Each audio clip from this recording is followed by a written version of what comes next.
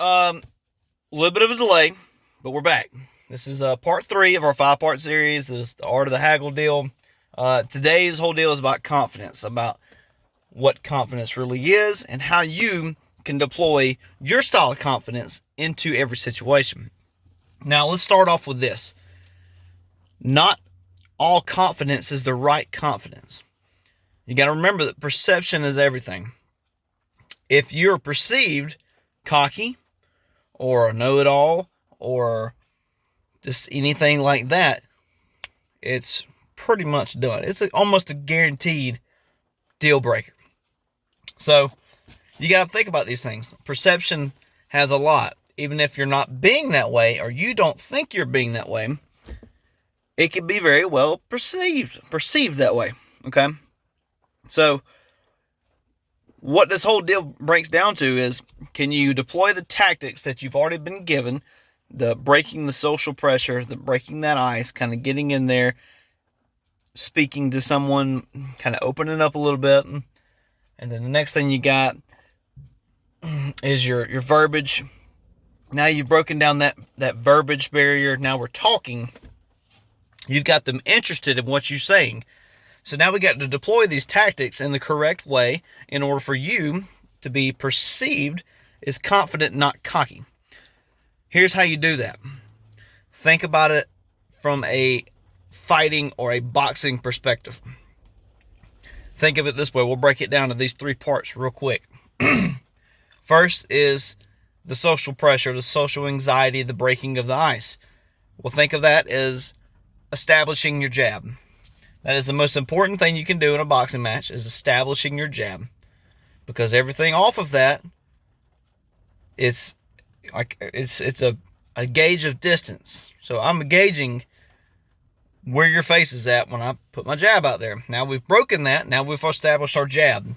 Now we go into the next thing, which is the verbiage. And we'll use this as, let's say, we've got our jab established. Now we can start working on hooks and start working on crosses, start working on uppercuts, overhands, all this stuff. So these things add into it, right? Now we got a jab going. Now we're starting to throw some hooks and some body punches, and now we're starting to land a couple. We start making a couple shots. Next thing is the confidence. Now I'm getting confidence from those 2 things, that not only is every human being that I come in contact with a human being, but number 2, I can talk to everybody. They're not going to kill me. They're not going to judge me. If they do, who cares? Don't make a damn to me, because they ain't me. They ain't paying my bills. They ain't in my bed at night. Don't care. Those things don't matter. So the judgment part really is not, I don't think it's important at all, honestly. Like, if you've gotten to the point in your life where you don't really matter, you don't care if people are judging you, that's great. You've made it. But still, perception is everything. So if I'm talking to someone, I talk loud, I speak clearly, I got my shoulders back, I got my head up, I don't talk with my head down, I don't mumble. If I do mumble, something's wrong. Might need to call the ambulance because I might be having a stroke. So think about it that way. If you're speaking loud, clear, concise terms, using that verbiage, and you're perceiving, you're putting out this perception that you're confident in your words. I understand what perception means. I understand what confidence means. Confidence and cockiness are not the same thing. Nowhere near each other. Cockiness is light years away from confidence. How do you sound cocky? You start saying things like, yeah, I know. Okay.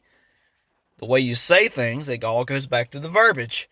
The way you say it is how it's going to be taken. If I don't know you and you talk to me with this like, yeah, okay, we're done. I don't want to talk to you no more. Now, you may not be that person. That may not be who you are, but that's how you're being perceived.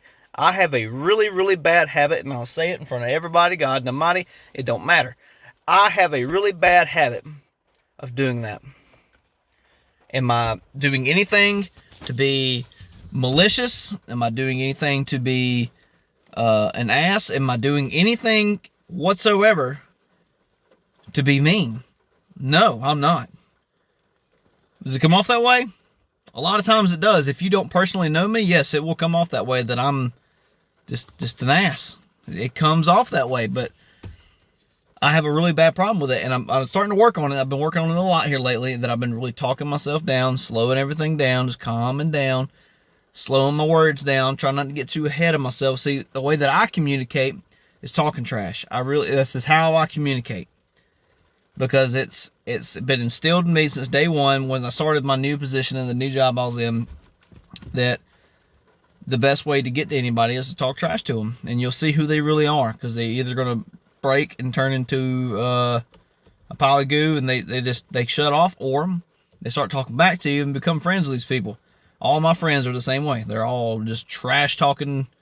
They can't help it. This is who it is. So I'm not mad about that, but that's also how you're perceived. If I don't know a person and I go speak to them and I start telling them about the product that they're trying to sell me, that I'm trying to get a lower price on, say it's a TV. They want $150 for the TV. I know at Walmart right now, that TV is $150, regardless if it's brand new or not. As soon as you buy something and it becomes your possession, you can't resell it for the entire price. That's just bad business. You can, but it's bad business in my opinion. I'm going to take at least $10 off the price right off the rip. Now, if that TV is used, it's been out the box, you've plugged it in before, now we're talking about, even if you use it for 5 seconds, we're talking about $130 at the very most. Now, if I tell you, hey, look, man, me and you, we're not on the same spot, and we're not thinking same numbers, and this guy immediately goes, well, that's what we're selling it for. I'll know that maybe I'm being perceived a little bit differently than what I'm intending to be. So I'll slow down. I'll say, all right, man, I get what you're saying. I know it's a really nice TV. And then I'll explain to him, okay, well, you bought the TV for $150, correct? Yeah, you let them feel like the ball is in their court a whole lot of times, and a lot of times that will work for you. I know this is $150, so you took it out the box, you used it. How do I know that it's in quality condition? So right now I'm taking a risk. I'm going to offer you $120 on it. That's where I'm at. Where are you at? I'm at $150. All right, apparently you're not picking up where we're at. This is where it gets really tricky at. If you are not careful in this instance, that little pocket of the conversation, you can kill it. Absolutely kill it. Saying things like, dude, it's not worth that much. You're going to insult someone. That is not the goal of haggling. You're not trying to insult anybody. Don't insult them. I'm not there. That's where I'm not 150. Where can you go to? I'm going to 150. That's fine, man. Appreciate your time. I'm gonna move on, look for something different. It's really that simple. There's no need of beating a dead horse. There's no need of doing some crazy things. There's no need of getting into arguments. And all. Just, hey, man, me and you ain't on the same page. That's great. That's cool. It's your product, your stuff. Sell it how you want to, man. I appreciate your time. Have a nice day. So now you're leaving on a good note. Yeah, no, you didn't get the TV, but you still left with it being your idea. You kind of pick up what I'm saying.